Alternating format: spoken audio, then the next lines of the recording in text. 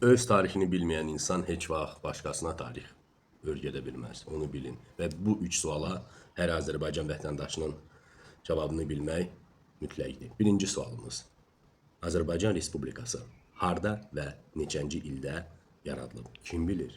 Bilmirsinizsə bilin. 1918-ci il Tiflis 28 may 1-ci Azərbaycan Respublikası yaradılıb və onun yaradıcısı Məmməd Əmin Rəsulzadə.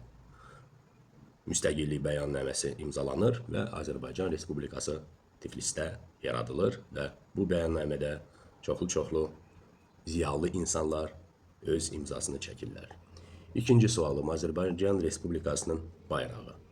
O da yaradılır 1918-ci ildə 9 noyabrda. Rənglərin mənası.